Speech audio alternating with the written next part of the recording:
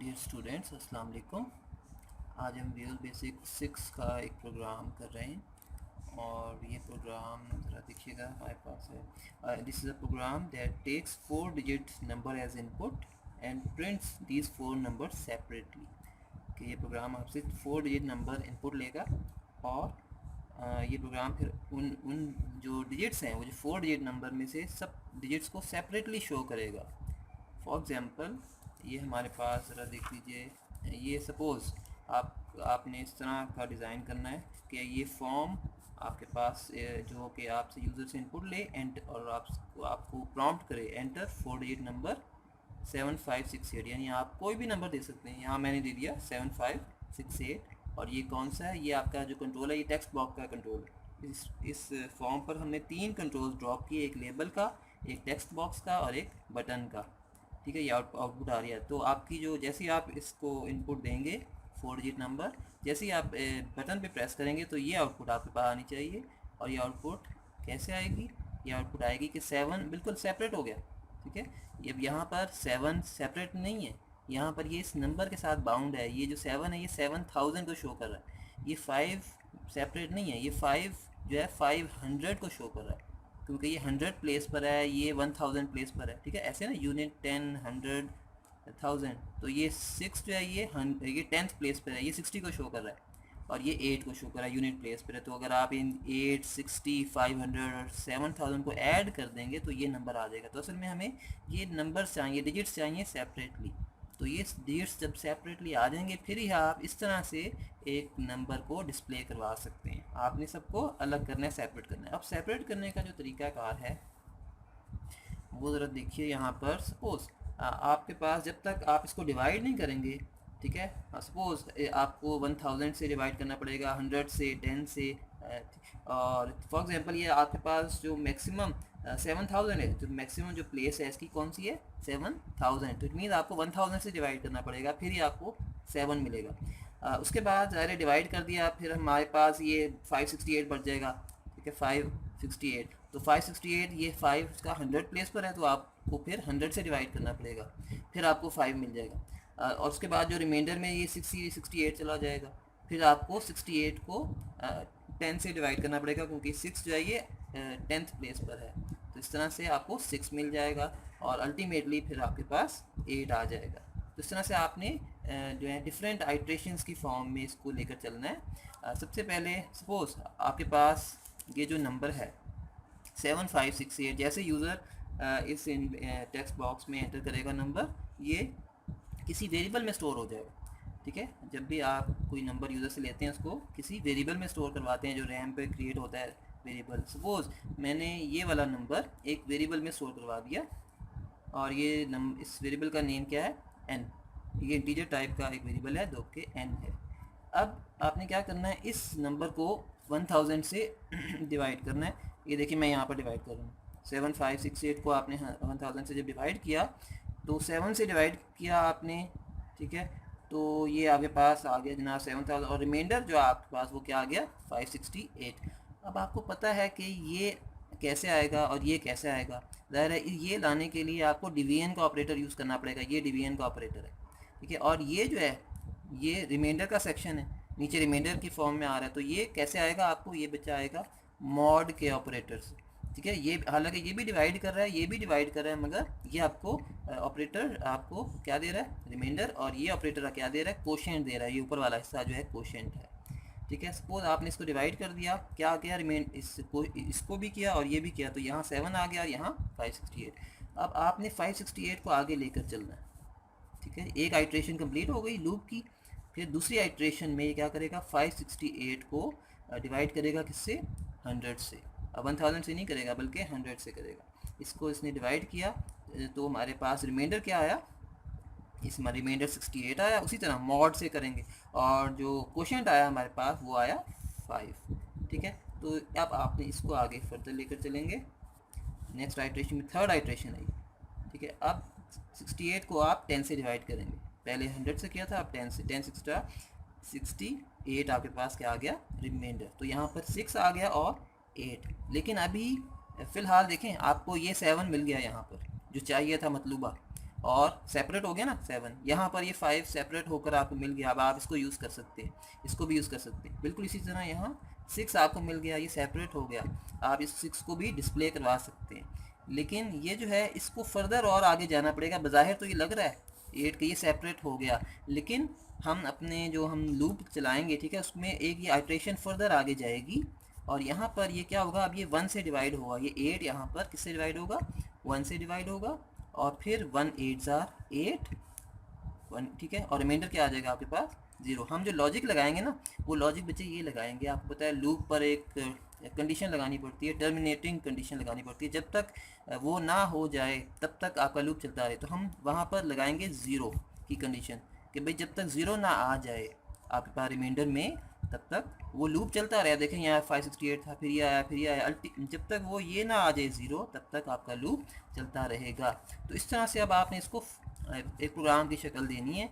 तो उसके लिए हम देखते हैं अब आपको कितने वेरिएबल्स चाहिए, ज़रा देख लें। पहला n चाहिए जो कि आपकी यूज़र से इनपुट लिया वो स्टोर करने के लिए। फिर आपको एक r चाहिए जो कि सपोज मैंने r नाम दे दिया, आप इसको q भी नाम दे सकते हैं, क्वोशेंट है ये, ठीक है। तो r में आपका क्वोशेंट स्टोर हो रहा है। जबकि d में ये जो आपका है 1000, ये आपका d है। इसके लिए मैं जो डिवाइड कर रहा है, डिवाइज़र है, ये बार बार चेंज होगा। d में वैल्यू पहले आपके 1000 थी, फिर d में वैल्यू क्या हो जाएगी 100, उसी d में 10 हो जाएगा। ज़ाहिर 10 से डिवाइड करते रहोगे, ये आपका यहाँ तक आ जाएगा, ठीक है। और क्वोशेंट वेरिएबल में जो आपका r है, इसमें भी आपकी वैल्यू जो है वो चेंज होती रहेगी। पहले ये होगी, फिर ये होगी, फिर ये होगी और अल्टीमेटली ये हो जाएगी, ठीक है। तो आपके पास 3 वेरिएबल्स यूज़ हो रहे हैं, n, r एंड d। अब इसको हम ज़रा एक्सप्लोर करते हैं, ज़रा प्रोग्राम को आते हैं। आपको पता है कि आपने जो भी प्रोग्राम लिखना है वो इस बटन के बैक पर लिखना है। हर प्रोग्राम की यही लॉजिक है। असल चीज़ लॉजिक है, ये तो चीज़ें वही हैं, रिपीटेडली आप करते रहेंगे, लेकिन असल चीज़ है प्रोग्राम को अंडरस्टैंड करना, उसकी लॉजिक को अंडरस्टैंड करना। अब इस प्रोग्राम में देखिए 3 वेरिएबल डिक्लेयर किया आपने, r, n और d, तीनों को इंटीजर टाइप का रख दिया। उसके बाद d में आपने बेटा वैल्यू स्टार्ट करवा रही है, वही डिवाइज़र, उसको 1000 से स्टार्ट दे रहे हैं, ठीक है, ताकि अब ये प्रोग्राम आपका 4 डिजिट के लिए आपका ये समझ लें कि रिज़र्व हो गया। ये प्रोग्राम हमेशा 4 डिजिट की इनपुट लेगा, क्योंकि आपने यहाँ क्या प्लेस कर दिया 1000। अगर आप चाहते हैं 3 डिजिट का नंबर ले आपका प्रोग्राम, तो आप इसको 100 दे दें और 100 से स्टार्ट करवा दें, ठीक है। तो इस तरह से आप इसको आगे भी जा सकते हैं। 5 डिजिट का नंबर लेकर आप इसको 10,000 भी कर सकते हैं। उसके बाद आपने मुझे देखें ये इनपुट ली यूज़र से, text n is equal to text1 dot text. तो यहाँ से इनपुट आपकी किस में आ गई, जो 7568 है वो आ गया n में। उसके बाद आपने लूप चलाया, डू। अब देखें लूप्स आपके पास काफ़ी सारे हैं, कई टाइप्स के हैं व्हील बेसिस में, तो उसमें से हम एक लूप यूज़ करें, डू अनटिल लूप। अब ये जो अनटिल है, अनटिल के अंदर नॉट का एलिमेंट जो है वो बिल्ट इन है, ठीक है। यहाँ पर मैं नॉट नहीं लिख रहा, वैसे नॉट का ऑपरेटर ये होता है इसमें, लेकिन ये मैं यूज़ नहीं कर रहा। इसके अंदर नॉट का एलिमेंट जो है वो बिल्ट इन है कि जब तक n 0 ना आ जाए, ठीक है, ना आ जाए, तो वो ना को ये कवर कर रहा है, जब तक n 0 ना आ जाए तब तक ये लूप चलता रहे। तो ये आपने देखा था अभी 5 आइट्रेशन थी टोटल, ये वाली 1 2 3 4, वैसे तो 4 हैं, ठीक है, 4 हैं, तो चार आइट्रेशन ही जाएंगी ऐसे, इसमें 4 आइट्रेशन तक ही बात जाएगी। अच्छा आप ज़रा देखिए, ज़रा देखते हैं आपका n में इस वक्त क्या वैल्यू है 7568। आप ज़रा देखें ये कंडीशन ट्रू हो रही है, क्योंकि 7568 0 के बराबर नहीं है, तो ये अब इस लूप में एंटर हो गया। अब उसने क्या किया, 7568 को d से डिवाइड किया, जो कि d में 1000 है, r में वैल्यू आ गई क्वोशिएंट वाली 7 आ गया, ठीक है, और वही n 7568 अब रिमाइंडर फाइंड कर रहा है मॉड के ज़रिए से, वो 1000 से डिवाइड हो रहा है। आपने जो d से 2 दफ़ा डिवाइड करना है और n यूज़ करना है, एक दफ़ा ये ऑपरेटर और एक दफ़ा ये ऑपरेटर, ये आपको क्वोशिएंट देगा, ये आपको रिमाइंडर देगा, राइट। अब आपने क्या करना है जनाब, ये वैल्यू आ गई, n में यहाँ क्या आ गया 568 आ गया, रिमाइंडर यहाँ पे आ गया जनाब आपके पास क्या, इधर 7 आ गया और यहाँ 568 आ गया। और उसके बाद d में 1000 था, आपने डिवाइड किया 10 से, तो अब इस d में क्या आ गया 100 आ गया। तो नेक्स्ट यहाँ से अब बच्चे देखो ये आर प्रिंट कर रहा है, आर में 7 था, आर इसने प्रिंट कर दिया और इस लूप से फिर ये ऊपर चला गया यहाँ पर और फिर ये चेक कर रहा है एन को। ज़ाहिर है एन आपके पास 568 था, ठीक है। 568 के साथ अब ज़ाहिर 0 तो नहीं हुआ, तो इट मीन्स ये ट्रू हो गई कंडीशन और दोबारा से इस लूप में एंटर हो गया। अब 568 100 के साथ चेक हुआ क्योंकि डी आपका 100 हो गया था, 100 के साथ चेक हुआ तो यहाँ पर आपके पास क्या आ जाएगा 5 आ जाएगा। तो इस पहले 7 को ये इरेज करके यहाँ क्या लिख देगा 5 लिख देगा और उसके बाद n में आपके पास वैल्यू लास्ट टाइम क्या रही थी, ये 568 थी, 568 डिवाइड हुआ 100 से तो ये अब यहाँ पर आ गई वैल्यू 68। 568 को इसने इरेज करके क्या लिख दिया 68। तो इस तरह से फिर आगे ये 100 से डिवाइड हुआ, अब इसने इसको 10 कर दिया और r को प्रिंट कर दिया तो अब आपका 5 प्रिंट हो गया। इसी तरह फिर ये और आगे गया, ठीक है। नेक्स्ट उसमें फिर ये 68 को डिवाइड करेगा, n में 68 है और d में आपका क्या है, d में जनाब आपका 10 है। 68 डिवाइड बाई 10 तो ये आपका 6 आ गया और यहाँ पर आपके पास जो रिमाइंडर आया दैट इज़ 8, ठीक है। और ये आपका क्या हो गया 1 हो गया।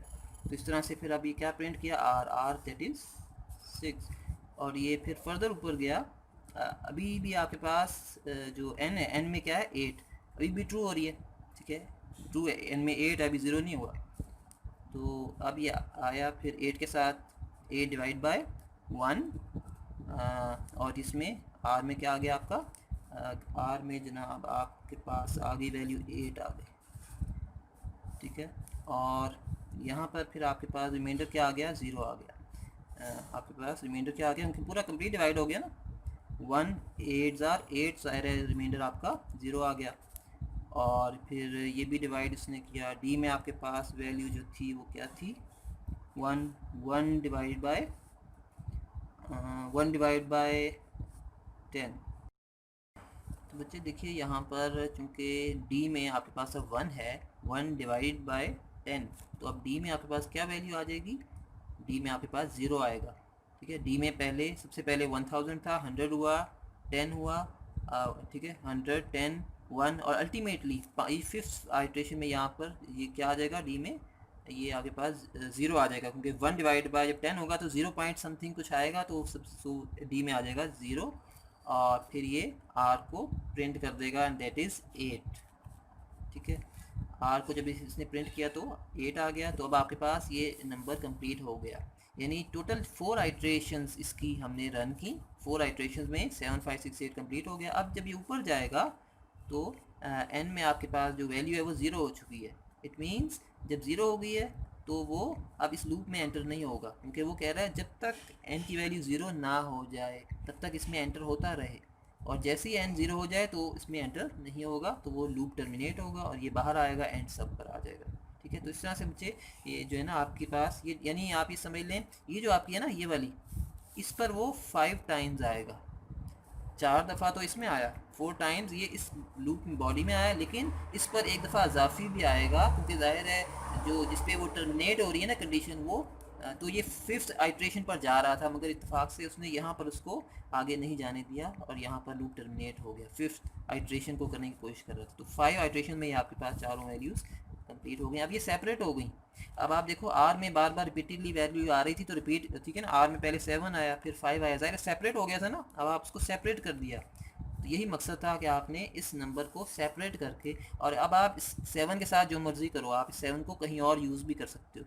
जब तक आप इसको सेपरेट ना करते तब तक इस 7 को कहीं भी यूज़ ना कर पाते। आप बज़ाहिर तो ऐसे लग रहा है आपको कि भाई ये 7 है 7 है, लेकिन कंप्यूटर इस नंबर को 7568 ले रहा है।